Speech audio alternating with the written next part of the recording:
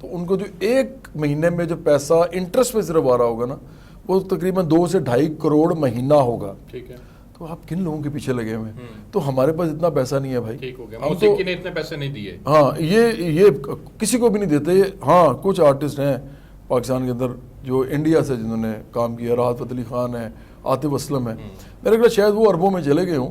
باقی میرا نہیں خیال کہ کوئی بھی اربوں میں جاتا ہے. ایسا ہوتا ہے کہ آپ کو دنیا بھر سے دعوت ملے موسیقی کو بنیاد بنا کر اور آپ پھر وہاں جائیں, یا بعض اوقات ریفیوز بھی کر دیتے ہیں؟ نہیں پوری دنیا میں ملتا ہے, جاتے ہیں جہاں پاکستانی. نہیں میں نہیں کرتا.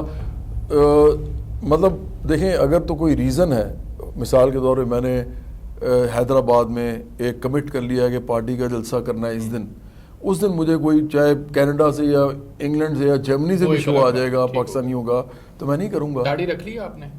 ہاں مجھے لگ رہا ہے کہ رکھ لی. میری پارٹی کے لوگ کہتے رہتے ہیں کہ کیوں رکھی ہے, اور یہ میں یہ سمجھتا ہوں کہ یہی اتنی رکھیں گے, اس کو بڑھائیں گے؟ نہیں اس سے زیادہ کیا بڑھانی ہے, یہ بھی میرا خیال ہے کہ کافی ہے اتنی بھی. اور یہ کس سے متاثر ہو کے رکھی ہے؟ نہیں میں نے کسی سے متاثر ہو کے نہیں رکھی, اور نہ ہی میں نے صاف میں بتاؤں گا اس لیے رکھی ہے. سیرت رسول کا پہلو بھی تو ہے نا, وہ میرا خیال ہے ساتھ شاید آ گیا ہوگا, لیکن وہ پرائمری وجہ نہیں تھی. ویسے کون سا کوئی میں وہ کہتے ہیں نا کہ دنیا کا سب سے بہترین آدمی بن چکا ہوں, تو کہ ایک ہی چیز رہ گئی تھی اور یہ بھی کرنی تھی. دیکھیں میں ایک عام آدمی ہوں جس طرح عام سب لوگ ہوتے ہیں. میں صرف کرتا ایک کام ہوں, میں لوگوں کی ذاتیات اور اخلاقیات پہ گفتگو نہیں کرتا, اس لیے کہ میں اس کو لوگوں کا اور خدا کا معاملہ سمجھتا ہوں. اور نہ ہی میں سیاست میں مذہب کی تبلیغ کرتا ہوں, کیونکہ یہ میرا پرسنل معاملہ ہے. میں پکا مسلمان, پکا پاکستانی, پکا جو ہے وہ لیفٹ کا بائیں بازو کا سیاستدان, لیکن میں یہ ان چیزوں میں نہیں جاتا. اور جو جاتے ہیں نا میں ان کو صرف مشورہ دیتا ہوں. سارے لوگ جو مذہب کو یوز کرتے ہیں سیاست میں, چاہے وہ مذہبی پارٹیز ہیں چاہے وہ تحریک انصاف ہے, آپ لوگوں کا جو انجام ہے نا وہ بڑا برا ہونا ہے. کیونکہ آپ لوگ اس کو باقاعدہ کموڈٹی کی طرح یوز کر رہے ہیں, ایک ایسی خوبصورت چیز کو مطلب جیسی کہ آپ لوگوں کی ذہنوں میں لڑائیاں, تفریق, تقسیم یہ پیدا کر رہے ہیں. اس کے گلیمر کو کتنا انجوائے کیا آپ نے؟ شروع میں تو انجوائے سارے ہی کرتے ہیں. میں نے اصل میں نا دیکھیں یہ میں نے آپ کو پہلے بھی بتایا اسلان کہ میرا جو پہلا گانا تھا نا اللہ میرے دل کے اندر, جب میں نے موسیقی سٹارٹ کی تو میں نے یہ سوچ کے کی تھی کہ میں نے پالیٹکس کرنی ہے. میرے والدین پولیٹیکل سائنس کے پروفیسر تھے دونوں, ان کی کتابیں پڑھنی شروع کر دی تھی, تو مجھے پتا تھا میں نے یہ کرنا ہے. تو میں نے اپنا پہلا گانا سٹارٹ وہاں سے کیا, اس میں امیر اور غریب کا فرق دکھایا میں نے. پھر میرے پہلے البم میں سارے گانے تقریباً پہلے 5 گانے اسپیشلی وہ تھے ہی سارے پولیٹیکل تھیمز پہ تھے, سب کو پتہ ہے. تو اس لیے میرا سفر ہے اس میں گلیمر امپورٹنٹ نہیں تھا, آؤٹ ریچ امپورٹنٹ تھی, لوگوں تک پہنچنا تاکہ وہ میرے ساتھ بعد میں کام کر سکیں. لیکن گلیمر تھوڑا بہت جو تھا انجوائے کون نہیں کرتا, لوگ آپ کو پیار کرتے ہیں, آگے لوگ آپ سے آٹوگراف لیتے ہیں. کیا آپ سمجھتے ہیں کہ اس میں سکون تھا, جس طرح جنید جمشید کہتے تھے کہ گلیمر تھا, دنیا پہچانتی تھی لیکن سکون نہیں تھا؟ دیکھیں میں جنید سے کوئی یہ تو نہیں کہتا, وہ فوت ہو گئے ہیں, اور مطلب میں ان کی ہمیشہ کے لیے ابدی سکون کے لیے میں دعا کرتا ہوں. لیکن میں ان سے اختلاف کرتا ہوں اس حوالے سے کہ جنید جمشید نے جو پیسے بنائے ہیں زندگی میں, جو انہوں نے بزنس میں بھی لگائے یا پھر اپنی جائیدادیں بھی بنائیں, وہ سارے موسیقی سے بنائے. لیکن انہوں نے جب موسیقی چھوڑ دی تو انہوں نے وہ پیسے جو ہیں وہ خیرات نہیں کر دیے, انہوں نے رکھے اور فتویٰ بھی لیا کہ جی میں رکھ سکتا ہوں. اور اس کے بعد پھر انہوں نے نعت گوئی شروع کی, تو پھر اس میں سے بھی انہوں نے پیسے بنائے, بہت ٹھیک ٹھاک پیسے لیتے تھے وہ لوگوں سے. تو دیکھیں بات یہ ہے کہ اگر پیسہ بنانا ہی اصل کام ہے موسیقی کے تھرو بھی, اور آپ باقی بھی جو کچھ کر رہے ہیں, تو وہ تو ہر بندہ اپنے طریقے سے بنا رہا ہوتا ہے, آپ بھی بنا رہے ہیں. یہاں پہ ایسے نعت گو بھی ہیں جو نعت گوئی کر کے پیسے بناتے ہیں اور کہتے ہیں نہیں, اور کہتے ہیں کہ نہیں, اور یہ بھی کہتے ہیں وہ بھی کہ فیس اتنی دے دیں تو میں نعت پڑھ دوں گا. لیکن سب سے مزیدار بات ہے کہ نعت میں یہ پڑھتے ہیں کہ اے مدینے والے مجھے مدینے بلا لے, لیکن جاتے نہیں ہیں مدینہ. حالانکہ وہ جتنے پیسے مدینے والے کا نام لے کے وہ لے رہے ہوتے ہیں, ٹکٹ جو ہے وہ تو اس سے میرا خیال ہے کہ 1/5 یا 1/6 پیسوں میں آ جائے گی, لیکن وہ نہیں جاتے.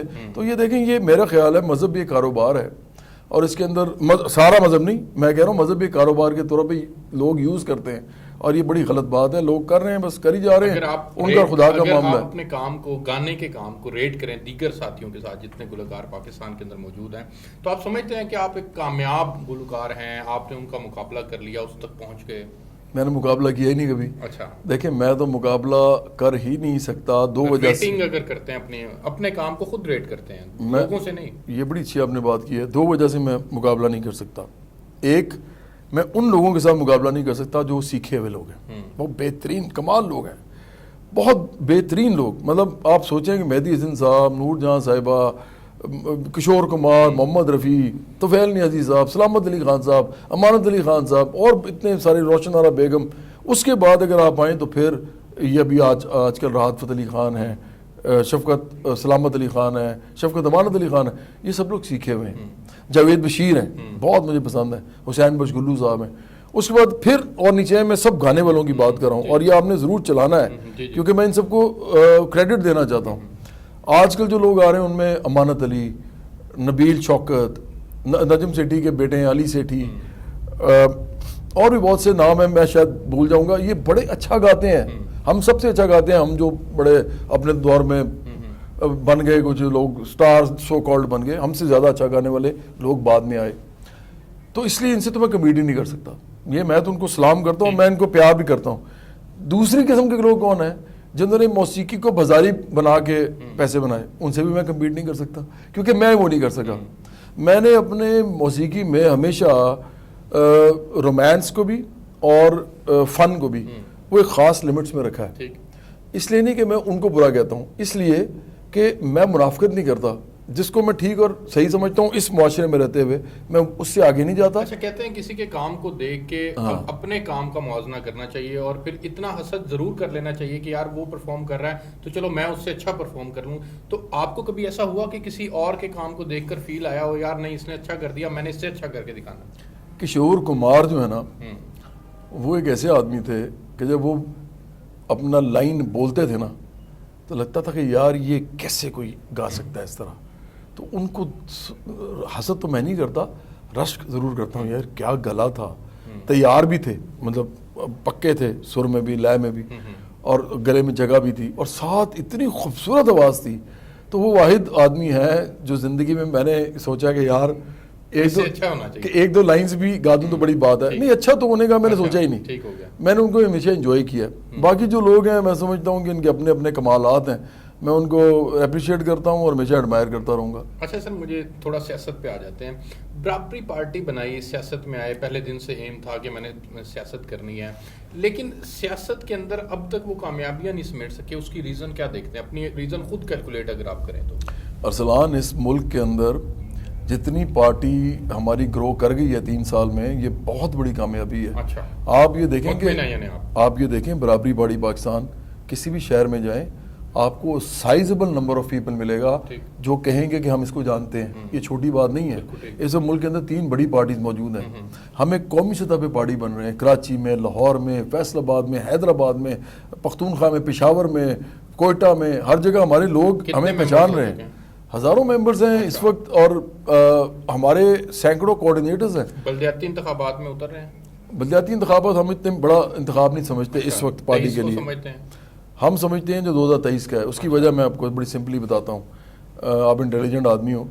دیکھو اس میں ہے 850 سیٹوں کا مقابلہ، تقریباً 850 ساری ملا کے، پنجاب اور وفاق کی پورے 4 صوبوں اور وفاق کی ملا کے. تو ادھر ہم نے کھڑے کرنے ہیں ایک بندہ. تو وہ 850 لوگ ہم ڈھونڈ سکتے ہیں. یہ جو انتخابات ہیں نا، اس میں تو لاکھ سے اوپر لوگ کھڑے کرنے ہیں آپ نے. تو جو پارٹی لاکھ سے اوپر لوگ نہیں کھڑے کر سکتی، اور جو پارٹی پیسے کے بنیاد پہ نہیں سیاست کرنا چاہتی، اور ابھی پورے ملک میں ہر گھر کے اندر ڈسکشن کا موضوع نہیں ہے، تو وہ بلدیاتی انتخابات میں جا کے وہ نظر بٹو کے طور پہ تو چند سو لوگ کھڑے کر سکتی ہے، لاکھوں تو نہیں کھڑے کر سکتی. تو ہم کون سا اتنا کوئی خاطر خواہ قسم کا نتائج لے لیں گے اور وہ کر لیں گے، ایک کہتے ہیں نا فرق پیدا کر لیں گے. تو اس لیے ہمارے لیے 2023 کا انتخاب زیادہ امپورٹنٹ. اپنے آپ کو وزیر اعظم پاکستان دیکھ رہے ہیں؟ میں تو الیکشن نہیں لڑ رہا. اچھا، آپ لڑنا ہی ہے آپ نے؟ ارسلان، میں جتنی نفرت کرتا ہوں نا اس ملک کے اندر وزیر اعظم، صدر، وزیر، مشیر، ان کے عہدوں سے، لوگوں سے نہیں، عہدوں سے، میں اتنی نفرت کسی چیز سے نہیں یعنی کرتا. آپ کو عمران خان صاحب پرسنلی اچھے لگتے ہیں, ناپسندیدہ شخص نہیں؟ نہیں, عمران خان تو مجھے پرسنلی بھی اچھے نہیں لگتے. وہ جھوٹ بہت بولتے ہیں, دھوکے بہت دیے انہوں نے اس ملک کو, قوم کو.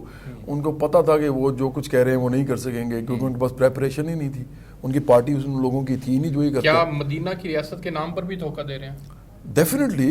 دیکھیں وہ تو انہوں نے مذہب کو یوز کیا ہے. اچھا, مذہب کو یوز کیا ہے. تحریک انصاف نے بھی, عمران خان نے بھی ساری زندگی وہ کچھ اور کرتے رہے. اور جب یہ لوگ مجھے کہتے ہیں نا کہ وہ پچھلی زندگی, بھائی نہیں, ان کی ابھی تک ساری زندگی جو ہے وہ ایسی رہی ہے, وہ دونوں طرف کھیلتے رہے ہیں. تو میں نہیں ان کی ذاتی زندگی میں جانا چاہتا, لیکن مجھے یہ پتا ہے اس میں ان کا مستقبل کیا ہے. مجھے تو عمران خان کی جو فیصلہ تھا, وہ ایک شعر ہوتا ہے, میں لوگوں کو اپنے نوجوانوں کو ہماری پارٹی میں بتاتا ہوتا ہوں. میں ان کو کہتا ہوں کہ فقط ایک قدم اٹھا تھا غلط راہ شوق میں, منزل تمام عمر ہمیں ڈھونڈتی رہی. یہ عمران خان پہ صادق آتا ہے, کیونکہ عمران خان نے کہا جی میں یہ کروں گا, عام لوگوں کو لاؤں گا, ایسے کروں گا. جب انہوں نے دیکھا کہ یہ تو بڑا لمبا سفر ہے, تو یہ تو پتہ نہیں میں کچھ وزیر اعظم بن پاتا ہوں کہ نہیں بن پاتا, تو انہوں نے اپنے وزیر اعظم بننے کی جو خواہش تھی اس کو ترجیح دی, اور وہ چلے گئے سارے الیکٹیبلز کی طرف. اس وقت تک وہ پارٹی کا نام اتنا بنا چکے ہوئے تھے 15 سال میں, کہ ان کو لگا کہ اب میں یہ کر سکتا ہوں. تو 2011 میں انہوں نے اپنا پورا باؤٹ ٹرن کیا. دیکھیں عمران خان کے اب جو حصے میں چیز لکھی ہوئی ہے نا, وہ ذلت اور رسوائی ہے. اچھا, وہ ان لوگوں کے ساتھ تو کوئی چینج لے کے آ نہیں سکتے. اس کے باوجود کہ اسٹیبلشمنٹ ان کو سپورٹ کر جو رہی ہے مرضی اور کر لے, آئندہ بھی کرے گی, جو مرضی کر لے اسٹیبلشمنٹ, جو مرضی کر لیں عمران خان, جن لوگوں کے ساتھ وہ آئے ہیں وہی ان کے پاؤں کی زنجیر ہے. اور پھر ان کو خود بھی شوق ہے بڑے, ان کو شوق ہے پہاڑی پہ رہنے کا, ان کو شوق ہے, بچے انہوں نے باہر رکھے ہوئے ہیں, کھرب پتی بچے, اور ہمیں یہ کہتے ہیں جی اسلام سکھاتے ہیں ہمیں, حالانکہ ہم پہلے سے مسلمان ہیں, ہمیں اور اسلام سکھا رہے ہیں. اپنے بچوں کو یہودیوں کے گھر میں رکھا ہوا ہے. بھائی اگر مجھے یہودیوں اور کرسچنز اور ہندو سکھ سے کوئی مسئلہ نہیں ہے, سب کی میں عزت کرتا ہوں, لیکن آپ کیا منافقت یہ کر رہے ہیں کہ آپ ہمیں یہ اتنی وہ ہر وہ باتیں کرتے رہتے ہیں. تو ان کو لے کے ادھر لے آئیں تاکہ مسلمان گھر میں رہیں. پھر یہ آپ کا مسئلہ ہونا چاہیے نا, میرا نہیں ہے. اگر آپ ایک عام آدمی ہوتے اور اسلام نہ کر رہے ہوتے, چورن نہ بیچ رہے ہوتے اس کا مذہب کا, تو پھر میں آپ کو یہ نہ کہتا. وہ آپ چاہے جہاں مرضی رکھیں. تو اس لیے ان کی اپنی زندگی میں اتنے تضادات ہیں. میں تو بتا رہا ہوں کہ ایسے گوشے بھی ہیں ان کی لائف میں جو میں نہیں جانا چاہتا وہاں پہ. انہوں نے مذہب کو یوز کیا ہے. ضیاء الحق کے بعد یہ دوسرے آدمی ہیں. توبہ کا ایک ایلیمنٹ بھی تو ہے نا, ماضی کچھ بھی رہا ہوگا, اگر وہ توبہ کر کے آگے ہیں تو تب بھی ہمیں قبول نہیں ہے. انہوں نے کتنی دفعہ توبہ کی ہے ان سے ذرا پھر پوچھیں. اچھا, بات یہ ہے کہ اگر میں روز توبہ کرتا ہوں, روز وہی کام کرتا ہوں, تو پھر مجھے ایک وہ جی کہتے ہیں شعبدہ باز اور ایک دھوکے باز آدمی کے طور پہ تو یاد رکھا جا سکتا ہے. یہ نہیں کہا جا سکتا کہ جی میں تھوڑا چونکہ ایک ایمان والا آدمی ہوں تو مجھے بار بار توبہ کرنی پڑتی ہے, تو یہ بڑی اچھی بات ہے. یہ خدا کا اور اس کا معاملہ تو ہے کہ وہ جتنی مرضی بتا اس کو قبول کر لے توبہ. لیکن جب انسان کسی کو گیج کرتے ہیں, میں آپ کو چھوٹی سی بات پوچھتا ہوں, کوئی بھی انسان اپنی بہن یا اپنی بیٹی کی شادی جب کرتا ہے کسی آدمی کے ساتھ, تو وہ اس کے جب کردار کو دیکھتا ہے اور وہ یہ دیکھتا ہے کہ یہ روز وہی کام کرتا ہے, روز توبہ کرتا ہے, تو وہ کیا اس کے ساتھ شادی کر دے گا اس کی؟ یہ کریڈیبلٹی ہوتی ہے آپ کی. اور کریڈیبلٹی ہمیشہ انسان دیکھ رہے ہوتے ہیں, خدا نے تو جو کرنا ہے وہ خدا کو پتا ہے. اس ملک کے اندر میں سمجھتا ہوں منافقت ہے, دوغلا پن ہے رولنگ کلاس کے اندر, حکمران طبقے کے اندر. اور وہ اسی لیے ہے کیونکہ یہ لوگ انجوائے کر رہے ہیں. یہ کچھ بھی کرتے ہیں نا, یہ سن لیں, یہ چاہے غلط کرتے ہیں چاہے صحیح کرتے ہیں, دونوں صورتوں میں کامیاب ہوتے ہیں, عوام کو بیوقوف بناتے ہیں. اس لیے ان کو فرق ہی نہیں پڑتا کہ ان کا صحیح کیا اور غلط کیا, دونوں صورتوں میں انجوائے کر رہے ہیں. سرمایہ دارانہ نظام کو ٹارگٹ کرتے ہیں, سرمایہ داروں کو ٹارگٹ کرتے ہیں, بڑے بڑے نام لیتے ہیں, ملک ریاض جیسے نام لیتے ہیں, منشا صاحب جیسے نام لیتے ہیں. آپ کو ڈر نہیں لگتا ان سے؟ مجھے کوئی ڈر نہیں لگتا. میں نے لائف جو گزار لی ہے تقریباً آدھی سے زیادہ گزار لی ہے. اب اگر میرے 10 15 20 سال رہ گئے ہیں تو مجھے ان کی ایسی کی تیسی, انہوں نے اس ملک کے لوگوں کا بیڑا غرق کر دیا ہے. اس ملک کے اندر لوگ جو ہیں وہ بنیادی ضروریات کو ترس رہے ہیں, اور ان لوگوں کو شرم نہیں آتی. سارے موجود ہیں, سارے پیپلز پارٹی, مسلم نون, تحریک انصاف, سب. لیکن عمران خان نے ان کو خیر کر دیا. یہ کہہ رہے ہیں جی ملک میں کہاں مہنگائی ہے, ادھر بھی مہنگائی ہے. ادھر مہنگائی ہے, ادھر آپ کے بچے جہاں رہتے ہیں جس ملک میں, جس کی ملکہ برطانیہ کا وہ کی وفاداری وہ کرتے ہیں, اس ملک کے اندر ایک عام پاکستانی ایک دن میں 15 لاکھ روپیہ بھی کما سکتا ہے, سوری ایک مہینے میں 15 لاکھ بھی کما سکتا ہے اگر وہ زیادہ محنت کرے. اس ملک میں بھائی 15,000 بھی نہیں ملتا لوگوں کو. تو آپ بات کر رہے ہیں کہ مہنگائی وہاں نہیں, وہاں بھی ہے اور یہاں بھی ہے, ادھر سب کو بھیج دیں. آج اگر ویزا کھول دیں نا ارسلان, یہ میری آپ بات ضرور لکھائیے گا, میں چیلنج کرتا ہوں, آج آپ ویزا کھولیں پاکستان میں, اور انگلینڈ کے اور امریکہ کے، کینیڈا کے، جرمنی کے، یورپ کے اور جاپان کے کہ جی آپ جو بھی آنا چاہتا ہے اس ملک میں آ جائیں، آپ کی آدھی سے زیادہ آبادی بھاگ جائے گی باہر، کیونکہ مجھے پتا ہے لوگ کہتے ہیں کسی طریقے سے باہر بھی نہیں تھی. بالکل ٹھیک ہے. اچھا مختصراً وقت کم ہے میرے پاس، مریم کا اور بلاول کا کیا مستقبل دیکھ رہے ہیں؟ کوئی مستقبل نہیں ہے ان کا مستقبل ہونا بھی نہیں چاہیے. یہ سرمایہ اس کے داروں، باوجود کہ موروثی سیاست ہے اور اس میں وہ اب لیڈر کا کردار ادا کر رہے ہیں. سرمایہ داروں جاگیرداروں کی اولادیں ہیں یہ، یا تو یہ عام لوگوں کے ساتھ آگے کھڑے ہو جائیں. یہ شان و شوکت کے ساتھ رہنے والے لوگ ہیں گلیمر کے اندر. بلاول ہاؤس آپ دیکھ لیں نا کتنے ہیں، لاہور میں بھی آپ دیکھ لیں جا کے. جن کو یہ شوق ہوں وہ کچھ نہیں کر سکتے قوم کے لیے. مریم نواز شریف میں آپ کو پتا ہے وہ تو کہتی تھی کہ میری کوئی جائیداد نہیں ہے باہر، اس کے بعد نکل بھی آئیں. تو یہ لوگ نہیں کچھ کر سکتے کیونکہ یہ ان لوگوں میں سے ہے نہیں، ہم میں سے نہیں ہے. مڈل کلاس محنت کش نوجوان، برابری پارٹی پاکستان، یہ ہمارا نعرہ ہے. 74 سال میں کبھی کسی نے طبقاتی نعرہ نہیں لگایا پاکستان میں. ایون بھٹو صاحب نے بھی نہیں لگایا تھا، ذوالفقار علی بھٹو نے. انہوں نے بھی یہی بات کی تھی کہ غریبی کا بڑا مقام میں غریبوں کو دوں گا. ہم کہتے ہیں نہیں، غریب خود آگے لیں، غریب خود پولیٹیسائز ہوں، خود تنظیم سازی کریں ہماری پارٹی کی، اور خود الیکشن لڑ کے اس ملک کے اندر ایک بڑی پارٹی کھڑی کریں. اچھا سر، آخری سوال، آپ کا شوبز میں مستقبل کیا ہے؟ بہت اچھا مستقبل ہے اگر میں یہی کام کروں تو. اچھا دیکھیں شوبز میں پیسے ہیں، گلیمر ہے، عزت ہے، پیار ہے، خوشی ہے، مزہ ہے. لیکن میرا پرابلم یہ ہے ارسلان کہ مجھے بچپن سے ایسا ہے کہ جب میں دیکھتا ہوں نا لوگوں کو، اپنے آپ کو بھی دیکھتا ہوں، اپنے والدین کو، پھر مڈل کلاس کو، پھر لوور مڈل کلاس کو، میرے دل کے اندر لگتا ہے جیسے کوئی کسی نے خنجر مارا ہے. مجھے پتا ہوتا ہے اس کے پاس پیسے نہیں ہیں، اس کے پیٹ میں درد ہو رہا ہے، لیکن یہ دوائی نہیں خرید سکتا. تو مجھے یہ چیز جو ہے نا یہ زیادہ بری لگتی ہے بجائے کہ وہ چیز اچھی لگے. تو میں تو اس لیے صرف سیاست کر رہا ہوں. مجھے لگتا ہے کہ اس ملک میں تمام بچے جو پیدا ہوں، جب وہ پیدا ہوں نا تو وہ سونے کا چمچہ لے کے پیدا ہوں، اور وہ سونے کا چمچہ ان کو ریاست دے. بالکل ٹھیک. تو یہ میرا گول ہے، اور میرا خیال ہے یہ ہر ایک کا ہونا چاہیے. بہت اچھا گول ہے آپ کا، بہت شکریہ، آپ نے خصوصی طور پر وقت دیا.